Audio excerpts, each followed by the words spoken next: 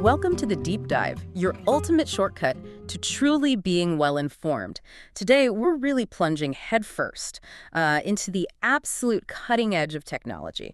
We've gathered some fascinating sources that show where innovation is, really picking up steam. We're talking AI, autonomous systems, and that, well, mind-bending world of quantum computing. Exactly.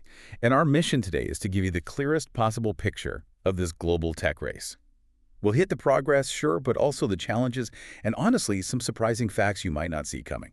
The goal is really to boil it down, give you the key insights from everything we've looked at. Right. We'll explore how these things connect the global scramble for AI dominance, how autonomous vehicles and robots are starting to change daily life, and those big leaps in quantum computing that could really redefine everything. So let's dive in. Okay, first up, this global AI innovation race. It's got some unexpected angles. You hear Silicon Valley all the time, obviously, but our sources show Europe is absolutely in the mix. There's a whole new wave of AI startups popping up, from London clear over to Milan. That's interesting, Europe carving out its own space. But how does that stack up against the numbers? I mean, last year, U.S. AI firms got 7 times the funding of Europe's, and the patent gap is huge, too, like 3-to-1 U.S. over Europe.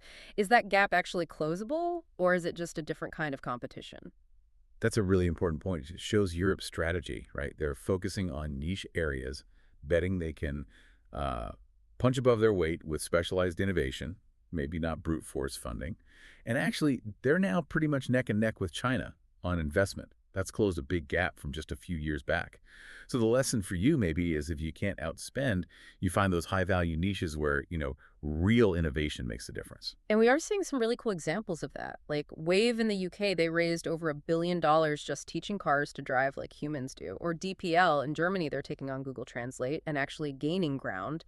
And Synthesia from London, letting people make videos without even needing a camera. Yeah, and putting that into context, the UK, Germany, and France are the big players in Europe. They were the only ones from Europe in the global top 10 for AI funding last year. And the UK is really leading that pack. It's got something like 20 AI unicorns, those billion-dollar startups, and over 2,300 venture-backed AI companies. Okay, so from Europe's focused growth, let's look at the sheer scale of ambition back in the U.S., these trillion-dollar AI visions. SoftBank's talking about a $1 trillion AI hub in Arizona, AI and robotics focus. But when you hear a number like $1 trillion, you have to wonder, is that actually realistic? Can you even use that much money effectively? You've definitely hit on the key question there, scale versus, well, reality. Some experts we looked at are pretty skeptical, calling it perhaps more of a marketing ploy. They question the timing, the sheer size, noting investors are getting a bit immune to these sorts of numbers. They don't always move the needle immediately. It suggests maybe a gap between the big pitches and what's actually returnable near term. And that skepticism about deploying $1 trillion, it reminds me of what Sam Altman said. He wondered if that much could really be put to work profitably in just a few years, even though he was personally confident about returning half of it. Does all this questioning from leaders signal maybe a shift towards, more measurable step-by-step results instead of just grand visions? Precisely. The feeling seems to be that the near-term demand is clear. For AI tokens, those credits for running big models and for inferencing, using the models to make predictions, that's definitely rising. You see companies like NVIDIA getting much better at production, cloud giants are pouring money into data centers. Yeah. So the argument is maybe investors should focus on that demand, the stuff that's real and profitable right now, not these huge, maybe speculative future projects. Right. Focus on the here and now. And that brings us straight to the foundation for all this AI growth, the chips and the geopolitics around them. The Wall Street Journal had a piece on the U.S. possibly targeting allied chip plants in China, like TSMC, SK Hynix, Samsung, potentially ending waivers that let U.S. equipment go into those Chinese facilities. Yeah, but it's important to clarify what they're targeting. It's not the absolute top-tier AI chips. AMD and NVIDIA are already blocked from selling those to China. This is about legacy-level semiconductors, right? The older chips in cars, washing machines, that kind of thing. So the takeaway for you isn't really about cutting off China's cutting-edge AI. It's more likely about leverage in trade talks.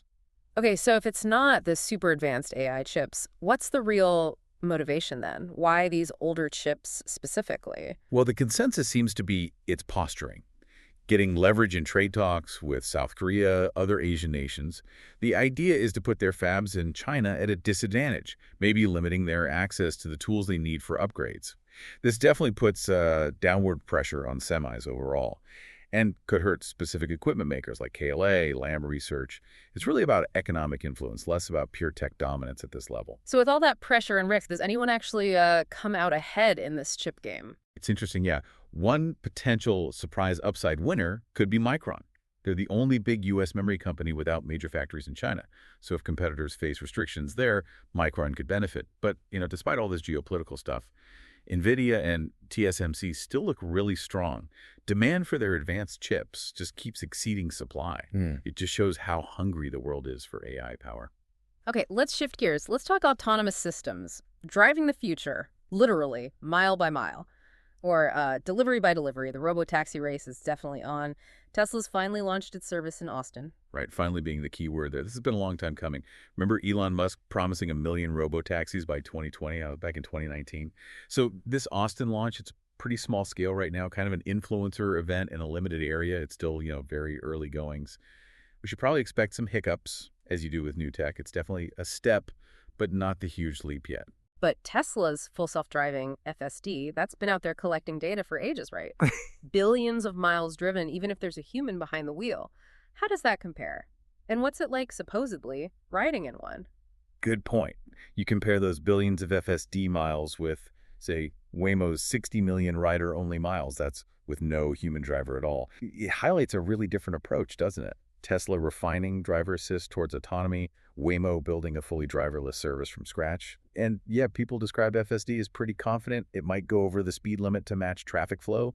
Apparently, it's much more confident around pedestrians and scooters and cyclists than maybe a typical human driver, which, can sometimes mean more sudden braking or sharper maneuvers. It's a different feel. And it's not just a U.S. race, is it? China's Baidu is pushing hard, too, expanding its robotaxis into Singapore, Malaysia. They've got about 1,000 vehicles, mostly in China still. Absolutely. Yeah. And that brings up the huge questions of safety and cost. Some early studies predicted, get this, an 85% crash reduction, fatality reduction, and crash cost reduction with autonomous tech. Think about that. Americans lose something like $3,000 per person each year just to crash costs. And what's really significant is Waymo seems to be hitting that target already in cities like San Francisco. That 85% reduction is not just safer streets, it could genuinely reshape our economy. Wow, 85%, that's staggering. If that scaled up, you're talking potentially trillions saved globally. Huge impact on insurance, healthcare, even how cities are designed. But what about the cost of the cars themselves? Are they still crazy expensive? Right now, yeah, they're pretty pricey. A Waymo vehicle like their Jaguar I-Pace is maybe $75,000 for the car, plus another $75K for all the LiDAR and sensors. Tesla's FSD is what, $8,000 upfront plus $100 a month. But the expectation, the hope really, is that these costs plummet long term. Maybe under $5,000 upfront and like a $50 monthly fee for the software eventually. That makes it much more accessible. Okay, so beyond taxis, we're seeing these autonomous systems delivering our food now. Coco Robotics just raised $80 million. Sam Altman's backing them. They're expanding into LA, Chicago, Miami, even Helsinki in Finland. Partnering with DoorDash, Uber Eats. Looks like they're going big. Yeah, and the core challenges for robot delivery have always been basically two things. One, making sure the tech is reliable enough for stuff that needs to arrive on time, like hot food or groceries. And two, getting the operational cost lower than the cost of the human driver. It seems like they're making real progress on both, which is why you're seeing this expansion now. And how are people reacting? Governments? The public? Seems to be going surprisingly well, actually. Government relations are reportedly really well. Half the U.S. states have passed laws allowing them. Europe is also moving that way, partly because of, driver shortages and high delivery costs there.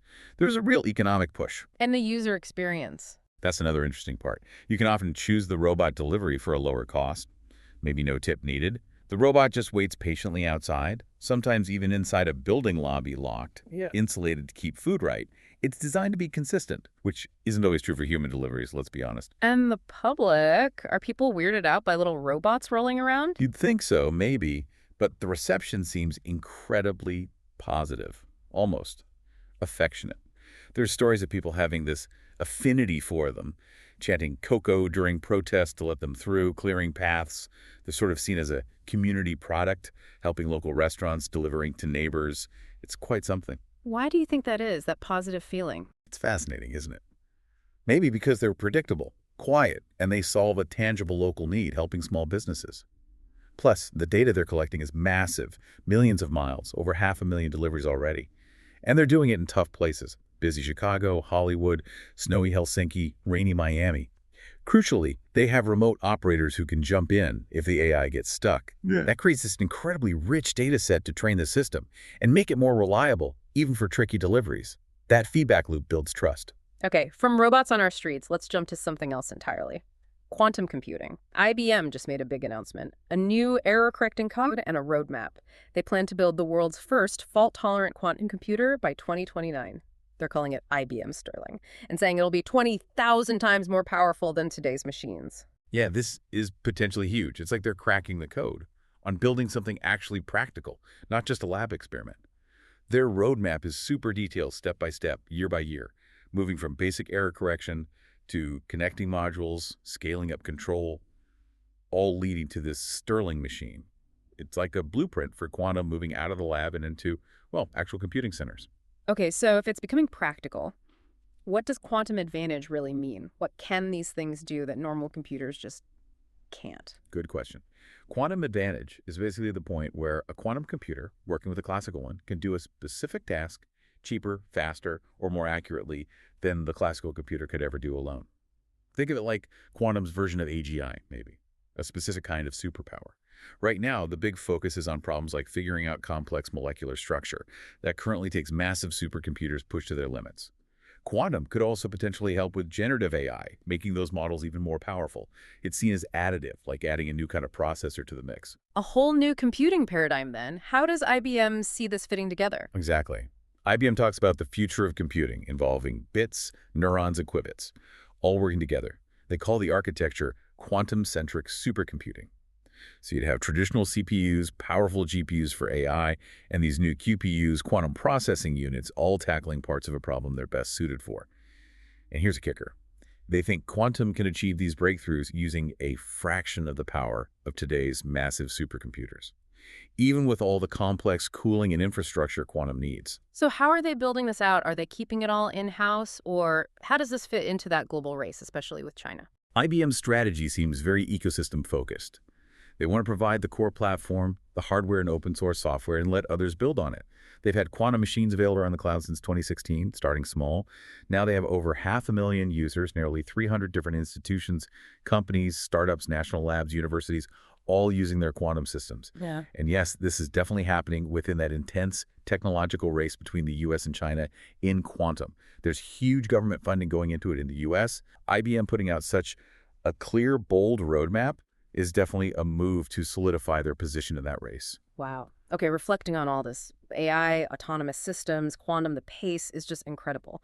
And it's so clear how interconnected it all is. AI needs powerful chips. Autonomous systems rely on AI. Quantum might boost AI further. It all drives each other forward. Absolutely. And understanding these shifts, even just the basics, is becoming really crucial for, well, for everyone. It helps you navigate what's coming, how technology might change daily life, work, travel, even how we understand reality itself. So a final thought for you, our listener. As these technologies keep maturing and that global competition heats up, what new ethical questions, what societal shifts do you see emerging, and how will you keep making sense of this incredibly fast-moving landscape? Something to think about. Thanks for diving deep with us today.